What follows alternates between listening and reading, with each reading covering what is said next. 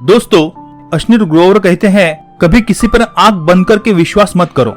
वो ऐसा क्यों कहते हैं? जब अश्नीर अमेरिकन एक्सप्रेस कंपनी के लिए काम कर रहे थे तो उनकी मुलाकात अलविंदर ढींसा से हुई। उस समय अलविंदर ढींसा ग्रोफर स्टार्टअप शुरू करने जा रहे थे। उन्होंने अश्नीर से कहा कि मुझे इन्वेस्टर्स के लिए प्रेजेंटेशन बनाने में मदद करो। अश्नीर ने एक अच्छी प्रेजेंटेशन बनाई और उन्हें फंडिंग मिल गई। इससे प्रभावित होकर अलविंदर ने अश्नीर से कहा कि आप भी हमारी स्टार्टअप में पार्टनर बन जाओ। लेकिन उस समय अमेरिकन एक्सप्रेस कंपनी से अश्नीर को 80 लाख रुपए साल की सैलरी मिल रही थी। अलविंदर ने कहा कि हम तुम्हें 40 लाख रुपए दे सकते हैं और 40 लाख रुपए के ग्रोफर के शेयर्स भी देंगे। इस पर अश्नीर ने शर्त रखी कि अगर कंपनी की वैल्यू 8 मिलियन हो जाती है तो उसे 100 करोड़ रुपए दिया जाए। अलविंदर ने ये बात मान ली। इसके बाद अश्नीर ने ग्रोफर के लिए अच्छे से काम किया और ग्रोफर आकार में बढ़ती चली गई। अश्नीर ने ग्रोफर पर हुए सारे केस लड़े और जीते भी। लेकिन अश्नीर ने देखा कि कंपनी कुछ बेकार लोगों को हायर कर रही है और बहुत से जूनियर्स को अश्नीर से भी ज्यादा सैलरी दी जा रही थी। जब उन्होंने अलविंदर ढींसा को इसके बारे में कहा तो अलविंदर ने उन्हें जॉब छोड़ देने के लिए कहा। तब कंपनी की वैल्यू 4 मिलियन के लगभग हो चुकी थी। इस तरह से अश्नीर के 10 करोड़ रुपए बनते थे।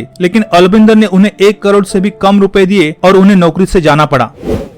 तभी से अश्नीर ने सीख लिया कि कभी भी आंख बंद करके विश्वास नहीं करना चाहिए और हमेशा लिखित कॉन्ट्रैक्ट ही साइन करना चाहिए। जब अश्नीर IIT में पढ़ते थे तो एक बार उन्होंने फ्रांस की फेलोशिप का नोटिस देखा। केवल 5 बच्चों को ही ये फेलोशिप दी जाती थी। ये बात अश्नीर ने बाकी बच्चों को नहीं बताई, क्योंकि अगर सभी बच्चे अप्लाई कर देते तो शायद उन्हें वो फेलोशिप नहीं मिल पाती। इसलिए जिन बच्चों ने नोटिस को पढ़ा, केवल उन्होंने अप्लाई किया, उनकी संख्या बहुत कम थी। इसलिए अश्नीर को आराम से फ्रांस की फेलोशिप मिल गई। इसमें जो 5 बच्चे ये फेलोशिप लेकर फ्रांस जाते हैं, उनमें से केवल 2 बच्चों को फ्रांस से स्कॉलरशिप मिलती थी। फेलोशिप के लिए सिलेक्ट हुए 5 बच्चों में से बाकी के 4 बच्चे सेलिब्रेशन कर रहे थे और अश्नीर चुपचाप किसी को बिना बताए फ्रांस से मिलने वाली स्कॉलरशिप की तैयारी करने लग गए और उन्होंने चुपके से स्कॉलरशिप के लिए अप्लाई भी कर दिया और उन्हें वो स्कॉलरशिप मिल भी गई। ये इतनी रकम थी कि अश्नीर ने उन पैसों से पूरा यूरोप घूम लिया और कुछ सेविंग भी कर ली, जिससे उन्हें आगे की पढ़ाई के लिए अपने पेरेंट्स से पैसे लेने की जरूरत ही नहीं पड़ी। ये स्टोरी का लेसन ये है कि डोंट टेल योर सीक्रेट। अपने सीक्रेट किसी को बताने नहीं चाहिए। हमें दूसरों का बुरा या नुकसान नहीं करना है, पर हमें लाइफ की अपॉर्चुनिटी को ऑप्टिमाइज करने के लिए हर स्टेप लेना चाहिए, चाहे बाकियों को ये मीन लगे या ना लगे। Lesson number 3, spend time with experts. Ashneer के मामा जी कनाडा रहते थे, इसलिए उन्हें मिलने के लिए अश्नीर अपनी मदर और सिस्टर के साथ कनाडा जाते थे। कनाडा के साथ वो यूरोप और यूएस भी गए। पहले वो दिल्ली को ही अच्छा समझते थे, लेकिन कनाडा, यूएस और यूरोप जाने के बाद उन्होंने वहाँ के लोगों का लाइफस्टाइल देखा, उनके रास्ते और उनका काम करने का तरीका भी देखा। तो उनके एम्बिशंस बढ़ गए और उन्हें लगने लगा कि हमें भी लाइफ में कुछ बड़ा करना है। जब वो फ्रांस में गए थे तो उन्होंने देखा कि फ्रांस के स्टूडेंट्स बहुत ही ऑर्गेनाइज थे। वो अपने साथ पेंसिल बॉक्स रखते थे और डिफरेंट कलर के पेन रखते थे। जो प्रोफेसर कहते हैं वो रेड पेन से लिखते थे। प्रोफेसर जो बोर्ड में पढ़ा रहे हैं वो ग्रीन कलर से लिखते थे और खुद के माइंड में जो थॉट्स आते थे उन्हें ब्लू पेन से लिखते थे। हमारे इंडिया में सिर्फ टॉपर स्टूडेंट का सेलिब्रेशन करते हैं, लेकिन फ्रांस में उन्होंने देखा कि वहाँ पर बच्चे अपने बैच के लास्ट बच्चे के लिए भी खुश होते थे कि बिलो एवरेज बच्चों को भी हमने पढ़ाया। इससे अश्नीर ये लेसन देते हैं कि हमें सिर्फ अपने लेवल के लोगों के साथ ही नहीं रहना चाहिए, बल्कि अपने से ऊंचे और बड़े लोगों के साथ भी समय बिताना चाहिए, क्योंकि उनके काम करने के तरीकों को हम सीख सके और अपने एम्बिशंस को बढ़ा सके।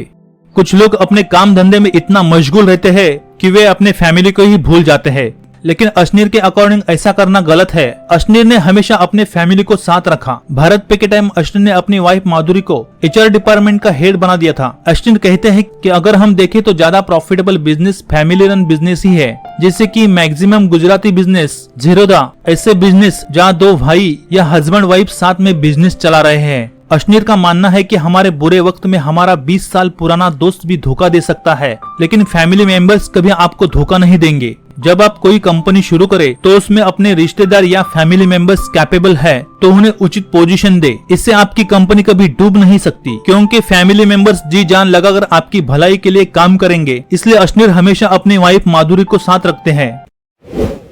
इससे अश्नीर हमें ये लेसन देते हैं कि give preference to your family.